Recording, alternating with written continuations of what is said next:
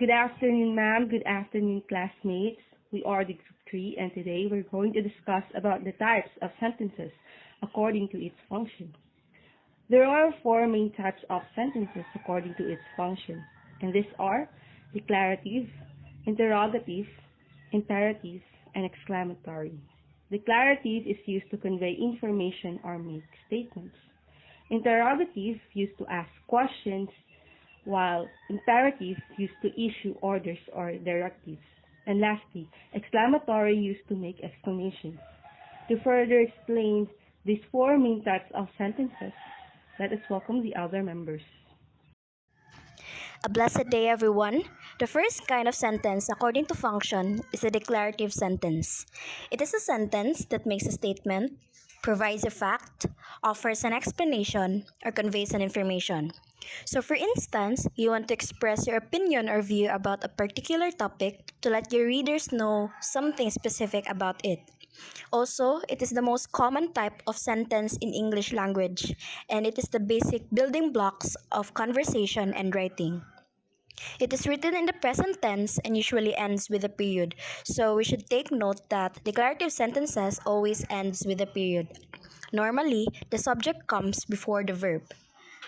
There are different types of declarative sentences. We have simple declarative sentence and a compound declarative sentence. The simple declarative sentence has a simple sentence structure consisting of a subject and a predicate. As we already know, simple sentence consists of one clause with a single subject and a predicate that expresses a complete thought. So we have here 3 examples. The first is, my dog is sick, wherein the dog there is our subject and the word is our verb, which is a linking type of verb that tells us how the dog feels, which is sick. The second example is, pizza is the best, wherein the pizza is our subject and the predicate there is the word or phrase is the best. The third example is, Sam is smart, in which Sam is the subject and the phrase is smart is our predicate. Hello guys, this is Shrikaina Pelsiniyog. This time I'll be tackling about what is a compound declarative sentence. So a compound declarative sentence, it is a type of a sentence that joins 2 related phrases with a comma and a conjunction, such as and, yet, or but. These phrases can also be joined by a semicolon, which is sometimes accompanied by a transition word, be it a correlative conjunction, a coordinating conjunction, a conjunctive adverb, or subordinating conjunction, such as besides, however, therefore, moreover, nevertheless, and many more. So the first example we have here is this. He wanted to go to the grocery store, but she wanted to go to the bar. As you can see, there is the usage of the comma and the conjunction but here. Now let's proceed to the second example. So this one, it says, Lindsay plays the piano and Alex plays the violin. In here, we can see the use of the comma and the conjunction, or I should say a coordinating conjunction, which is the and. And this made this sentence a compound declarative one. So the last example we have here is this. My dog is friendly. However, she will occasionally bite when she gets all riled up. So in this sentence, we made use of the semicolon and the word however, which is a conjunctive adverb. That is all for the compound declarative sentence. Declarative sentences can either be positive or affirmative sentences or negative sentences. The positive affirmative sentences has a positive meaning and tells us what something has, does, or is. It also requires fewer words, fewer verb conjugations, and draw a direct line to the point you are trying to make. So we have here examples of a positive sentences. They will be joining us for dinner tonight. As you can observe, it expresses a positive meaning that they are joining us for the dinner tonight. Unless if it says they cannot join us for the dinner for tonight, which makes it a negative sentence. The second is, she will be attending the Met Gala this year, which is similar to the first example that expresses a positive idea or meaning that she is attending the Met Gala. Right now, we'll be discussing about the negative sentences. It is very obvious that the negative sentences are the opposite of the positive or the affirmative ones. These sentences have a negative meaning and tells us what something doesn't have, cannot do, or is not. In short, it tells us something about an event that didn't occur or didn't happen. Negative sentences are typically formed by adding words such as are not or aren't, does not or doesn't, is not or isn't, cannot or can't, and etc. Examples of negative sentences are as follows. Number 1. They weren't playing poker. As what I've said a while ago, negative sentences simply tells us that an event didn't happen or didn't occur. That is why this example is a negative sentence because it implies an event that did not happen. The second example we have here is this. They were not sad when he moved away. This sentence itself has a negative meaning, which makes it a negative sentence.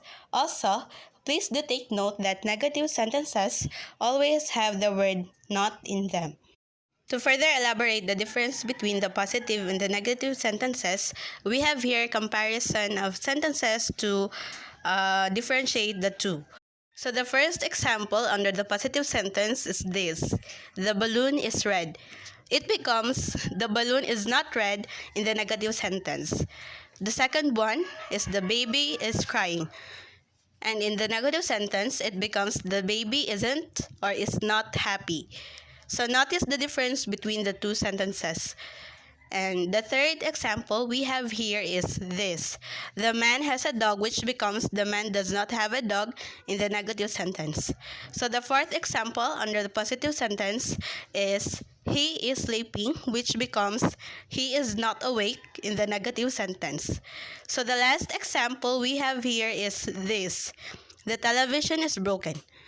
But when it comes to the negative sentence, it becomes the television is not broken.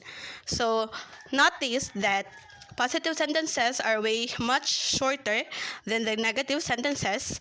And please do take note that negative sentences always has the word not in them. So as you can see here, all these 5 sentences have the word not in them. As you will see, all declaratives ends in a period and are formative statements, but they can also express an opinion. Also, I want to differentiate the imperative sentences to the declarative sentences because sometimes imperative sentences ends with a period. And I want you to take note that when an imperative sentence ends with a period, it expresses request, command, or order compared to the declarative sentence that expresses fact, explanation, or information. So that's all for the declarative sentence. Let us now proceed to the imperative sentence. Once again, good afternoon. This is Rhea Mir Montante, your reporter for Imperative Sentence. Ask not what your country can do for you. Ask what you can do for your country. This is one of the examples of imperative sentence that was stated by President John Kennedy in his inaugural address in 1961. So what is imperative sentences? Imperative sentences are used to express a command or order, provide instruction, make request, or offer an advice. It is usually simple and short, but could be long and complex, depending upon its context. These sentences are sometimes referred to as disjunctive or directives, as it gives direction to whoever is being addressed, and its function depends on the tone of the voice. An imperative sentence plays an important role in writing as well as in speaking. It is not very common in literary writing, but very important in everyday conversational language. Besides, it is commonly used in advertisements, manuals, instructions, and road signs. It is more intentional as compared to an exclamatory sentence, as it requires a specific audience to be addressed. Writers mostly use imperative to give clear and straightforward instructions, commands, or to express displeasure, likeness, fondness, and love through their writings. Before we proceed to the function of imperative sentence, first we must discuss about the indications of an imperative sentence. First indication is punctuation. Most of these sentences end with a period and sometimes exclamation point. Period, it expresses a mild command, while exclamation point expresses a strong command. For example, let's eat. That's an example of imperative sentence, most specifically in command. So I am commanding someone mukaon na, but it is just a mild expression because I'm not using exclamation point. Kumbaga, malumanay lang na siya nasugo. So the second indication of an imperative sentence, verbs and polite words in the sentence. These sentences usually begin with verbs that issue a command. Also contains polite words like please, may I, and could I when making a request. For example, clean your room now. In that example, the word clean is the verb. Second example, please reconsider. In this example, we use the word please as a polite word. Third example, may I come in? In this example, we use the words may I as a polite words. Our third indication of an imperative sentence is the structure of the sentence. Usually, the subject of an imperative sentence is implied and is not stated, as it gives order directly. It uses verb as its base and sometimes consists of nothing but only the verb. For example, shut the door or stop. So for this example, we only use verb because verb itself is kanang imperative. Kumbaga, like say for example, run, stop, jog, walk. Like we are commanding someone to do the things. It gives order directly. Next topic is functions of imperative sentence. So there are 5 functions of imperative sentence. First is the common one, the command or order. This type of imperative sentence gives a command. So definition of command is it tells someone to do something or to give orders directly with authority. For example, wake up now. Move out of my way. Answer these questions. And etc. The second function of imperative sentences is request or wish. This type of imperative sentences shares polite wishes and requests with someone. Request expresses the need or desire, asking someone to do something, and gives the listener an option to say no. So, ang command manggod kay wala kay choice kundi tumanon nimo, but ang request is you have the free will to decline or kanang mag say no or like dili lang sa mong inanagod. So, for example, may I have this dance? So, pwede ka moingon na no, yes, anak good. And could you drive me to the station? So, kana siya kay nara sa imuha kung ihatod ba nimo siya or dili. Our third function of imperative sentence is instruction. This type of imperative sentence gives instructions such as use oil in the pan, go straight, then turn left, take the pill after meal. Do this in a 1 whole sheet of paper. Let him cool down, then ask about the incident. So the fourth function of imperative sentence is warning or prohibition. Warning is a statement or event that indicates a possible or impending danger, problem, or other unpleasant situation. For example, watch out! Like, kunyari na kay mabanggaan or na makabangga sa imuha. Or, don't touch that! Kunyari, pag init ang kaldero. So, inan ka na, ayun na, ikaw pa. And other warnings. So the fifth and the last function of imperative sentences is advice. This type of imperative sentence gives advice to someone. So advice is a guidance or recommendation to offered with regard to prudent future action. Say for example, Don't eat too much. Drink plenty of water. Wear your gold necklace with that dress. Like, kanang you're trying to tell someone na ano good, like, you're giving advice to improve their self. So that was the 5 functions of imperative sentence: for the command, request, instructions, warnings, and advice. So in imperative sentence, it can be positive or negative form.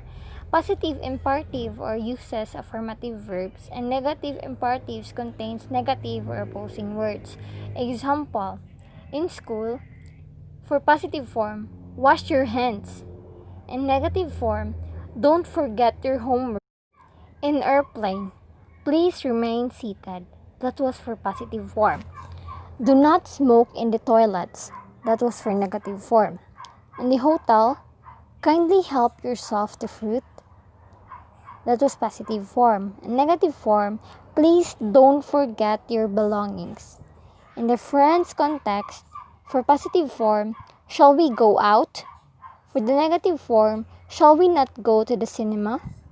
So as what you can observe in the negative form, we uses the auxiliary do not or don't, and for the positive form, we use verb as at the base. As what I've said, so negative imperative. So as what I said earlier, to make negative imperative, we use the auxiliary do plus not plus the infinitive without to. In speaking, we use don't. Example, do not use the lift in the event of fire.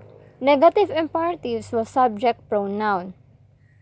We can use pronoun you, anyone, and anybody after don't. And this is for informal speaking. Example, let's not forget to lock the door. Let's don't mention anything about her husband. I think they split up. Don't let's go right now. So the third example, don't let's go right now. The part don't let's go is British English. And let's don't is American English. So that's the end of my report, and the next topic will be reported by Maika Kimilat. Good afternoon, everyone. I am Maika Skimilat, and now let's proceed to the imperative sentence special cases. So basically, these are the sentences that doesn't fall to any of the examples stated a while ago because its structure is maybe different from the previous examples. And in total, there are 7 special cases of imperative sentences. And the first one is the imperative with the subject. As stated before, subjects in the imperative sentences are not usually stated because it commonly starts with verb as it gives order directly to a particular person. But there are times or cases that we can observe subjects in this kind of sentence, and examples are the following. Everybody look, nobody move, somebody answer the phone, John sit down, the rest of you can go home, you watch your mouth. From that examples, the subjects are everybody, nobody, somebody, John, and the rest of you and you, because it refers to a person or groups of person. And as we all know, everybody, nobody, and somebody are examples of indefinite pronouns, while the you is an example of a second personal pronoun, which was actually discussed by the previous group. Also, obviously, Jan is a subject because it is a specific name of a person, and the rest of you also refer to groups of persons. Important note in this case is that you can also include yourself in the subject. Just like you can use we, which is a plural personal pronoun. For example, shall we go out? So from that, you are included. The second special case of an imperative sentence is the unreal commands. So these are the examples of imperative sentences that did not fall to the 5 functions of imperative sentences, which are the command, request, instruction, warning, and advice. And examples of this are expressing hope and suggestions. So these are keep safe, enjoy the meal. If there's no coconut oil, try olive oil. As you can see, the first two examples, which are keep safe and enjoy the meal, expresses hope, while the last one expresses suggestion. Now, the difference of advice and suggestion is a little bit confusing because the two words are somewhat related. So let's just bear in mind that suggestion is an idea or a fact that is put ahead for consideration or analysis.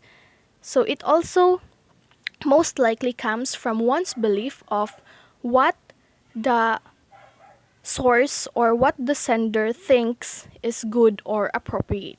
However, advice is a recommendation offered on a course of action, somewhat a sort of guidance to decide what action to pursue. For example, in advice, it is eat an apple because it is much better for you than a biscuit. While for suggestion is if you can't sleep, you can listen to music. So as you can see, in advice, it is somewhat need to follow because it will do good to you. However, in suggestion, it gives freedom to the receiver of the message to say no or to ignore that suggestion. Now, the third special case of an imperative sentence is the imperative with do. And examples of this are do forgive me, do try to keep the noise down, do take a seat. From what we observed from the previous examples now, it is very seldom to observe do in imperative sentences because commonly it starts with a verb. And in here, we can just exclude the do and say forgive me, try to keep the noise down, or take a seat. But here, do is used and it is the first word in the sentence. Now maybe you have a question like, what is the use of do and what is this for? So basically, its use is to make the sentence more emphatic or emphasized but more polite at the same time. And we can't deny the fact that it is very useful when making a request, complaint, or apology. The fourth special case of an imperative sentence is the imperative with always, never, and ever. So examples are the following. Never do that. Don't ever speak to me like that again. Always remember the rules. From that examples, we can clearly see how the never, ever, and always are used in the imperative sentences. And I guess it is very self-explanatory because it is also shown in the examples. The fifth special case of an imperative sentence is the passive imperative. From the word passive, we already know what it is. So basically, these are the kinds of imperative sentences that is not in active form, just like the previous examples, because most of the examples stated here are inactive, but these are examples of passive imperatives. So examples of this are the following. Let the window not be opened. Let all the people be treated equally. You are advised to obey your parents. You are requested not to do this. As you can observe from the examples given, there are two different structures used. The first one is using the word let in the beginning of the sentence, and the second one is starting with the subject, which is you. Basically, it is in the rules of converting an active imperative sentence into a passive one. As usually observed in active imperative sentences, the structure goes with this. Verb in its first form plus the object. Now, what does first form of verb means? So basically, first form of verb is the base form of a verb. For example, open, beat, and treat. So these are the verbs that doesn't have ed in the last. So if we are going to convert this into a passive form, we can use these structures. First is let plus convert object to subject plus be or not be plus verb in its third form. Now, why be or not be? Actually, it depends on the sentence whether it is in negative or positive form. Because as discussed earlier, imperative sentences can be in positive or negative form. And the third form of verb, this refers to the past participles of first form of verbs. For example, open. So its past participle is opened with ed. So for more deeper understanding, for example, we can just have this. In active form, we can have do not open the window. So if we are going to convert it into passive, this would be let the window not be opened. So the window, which is the object in the active form, became the subject in the passive. And since it is a negative form because of do not, we uses not be and opened with ed as the past participle of open. Also, we can use you are ordered to, you are requested to, you are advised to, or not to. Again, it also depends on the sentence, plus first form of the verb plus the object. So, for example, obey your parents. So, in passive, it would be you are advised to obey your parents. So, for you to understand it more, here are more examples of conversion of active imperative sentence to passive imperative sentence. The first one is do this job. So its passive form is let this job be done. So the first word is let, followed by the subject, this job, wherein basically job in the active form is the object, but it became the subject in the passive. Next is be, because it is in positive form. And last is the past participle of do, which is done. Next is teach your son. Its passive form is let your son be taught. The third one is don't stare at her again. So it is somewhat a form of warning. So the passive form for this is that you are warned not to stare at her again. Note that the word warned is in past participle and the stare, which is the verb, is still in its first form. Next is do not beat the dog. Its passive form is let the dog not be beaten. And lastly is open the door. Its passive form is let the door be open. As you can see, there is something wrong with the last example. The verb in the passive form is wrong or incorrect because it should be opened with ed and not open, because based on the rule, verb in passive should be in past participle. So it should be let the door be opened, not let the door be open. Now let's proceed to the sixth special case of imperative sentence, which is the imperative with and. Examples are the following. Go now and I'll never speak to you again. Stop talking and open your books. Sit down and make yourself comfortable. As you can observe in the first example, it uses and instead of an if clause statement, which is if you go now, I'll never speak to you again. From that, it became go now and I'll never speak to you again with the use of the and. Also, for the last two examples, instead of saying it separately like stop talking, open your books, sit down, make yourself comfortable, it was joined by the coordinating conjunction and it was joined together, so it became stop talking and open your books and sit down and make yourself comfortable. Now let's proceed to the seventh and the last special case of imperative sentence, which is the imperative with question tag. So we are all familiar with question tags like can you, can't you, will you, won't you, and examples are the following. Help me with this, will you? Lend me $1, can you? Keep still, won't you? Turn on the light, will you? So this type of sentences are often used when making a request, and it is believed that we use tag questions to ask for confirmation.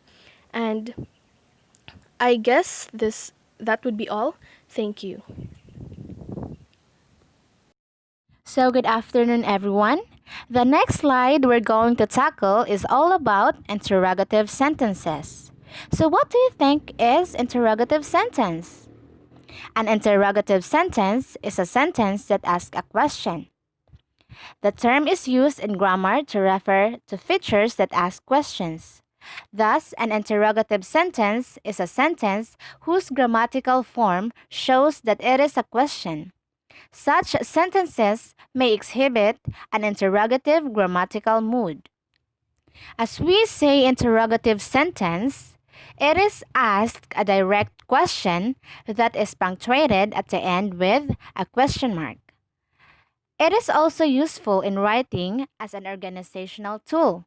For example, you can set up questions as headers and answer them to explain a concept in more detail in expository writing. Here are some examples of interrogative sentence. The first example is, when do you want to go out? So in this example, it has a subject and a predicate. In this kind of sentence, the first verb precedes the subject. The second example is, where did you get that? And the third example is, who stole my pen?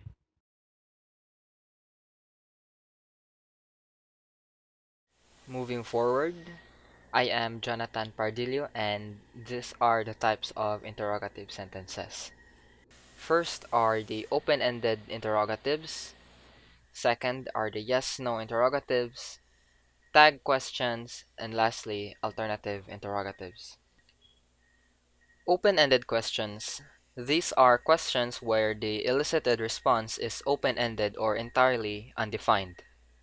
These questions require more than one-word answers, and the answers could come in the form of a list, a few sentences, or something longer, such as a speech, paragraph, or essay. Like all sentences in English, an interrogative sentence must contain a subject and a verb. For instance, when is the deadline? In this sentence, the word deadline is the subject and is serves as the verb. So, for this instance, the verb comes before the subject. An open-ended question usually begins with a question word and ends with a question mark. Now, what are question words? Question words are, for example, who, whom, whose, what, when, where, why, which, and how. Some examples are, what is the right way to iron a shirt? When are the best days to go to the mall? Where is your new cat? Why is the sky blue? How are you today?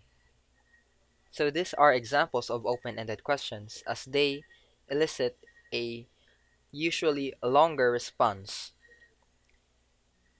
Yes or no questions. These questions are designed to be answered simply with either an affirmative or a negative. They start with a verb or helping verb followed by the subject. Are your shoes on? Did you eat your lunch yet? Was the movie enjoyable? Did the girls get to the school on time? Were you late? So as you can see, these questions can be easily answered by affirming or a negative, such as yes or no. That is why it is called a yes or no question. Tag questions, on the other hand, are a declarative sentence that makes a statement and follows standard subject-verb word order, but by adding a short question offset by a comma, makes it an interrogative fragment. Tag questions are usually uh, asked in order to encourage the listener to respond. So example, you go swimming every day, don't you? In this instance, you go swimming every day is a declarative statement, and don't you is a short question added offsetted by a comma to elicit a response from the subject. She went shopping yesterday, didn't she? Awful day, isn't it? Have a seat, won't you? So how do we form a tag question? Best to remember that tag questions include a pronoun and a matching form of the verb be. So for example, she's an excellent violinist, isn't she? You're suspended, aren't you? Awful day, isn't it? So these are tag questions. We also have alternate interrogatives. These are or questions that are designed to offer one or more choices in the context of the question. They also begin with a verb or a helping verb. For example, would you like cookies or a banana for dessert? Is she mad or just tired? Is serves as the verb and is offering two choices in the subject matter, mad and tired. Simply put, it is a question that offers a choice. Do you think I should go home or stay a little longer? Is the dog okay? Or should we go to the vet?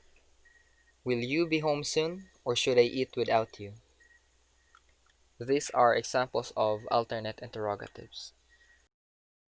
But be aware in using interrogative sentence. The reason one is don't use a question mark after a non-question. Beware indirect question. The reason why is interrogative sentence are not responsible for serious errors among native English speakers who understand how to form the three question types. By far, the biggest issue related to interrogative sentences is writers thinking a non question is a question and using a question mark. I want to know if it's finished. I wonder if I ever find my church. These are not questions but statements. Reason number two is use a rhetorical question to raise a subject.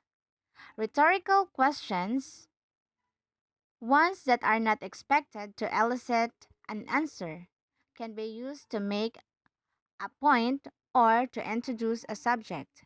For example, when are you ever settled enough to have kids? This is a rhetorical question designed to make a point, not to elicit an answer.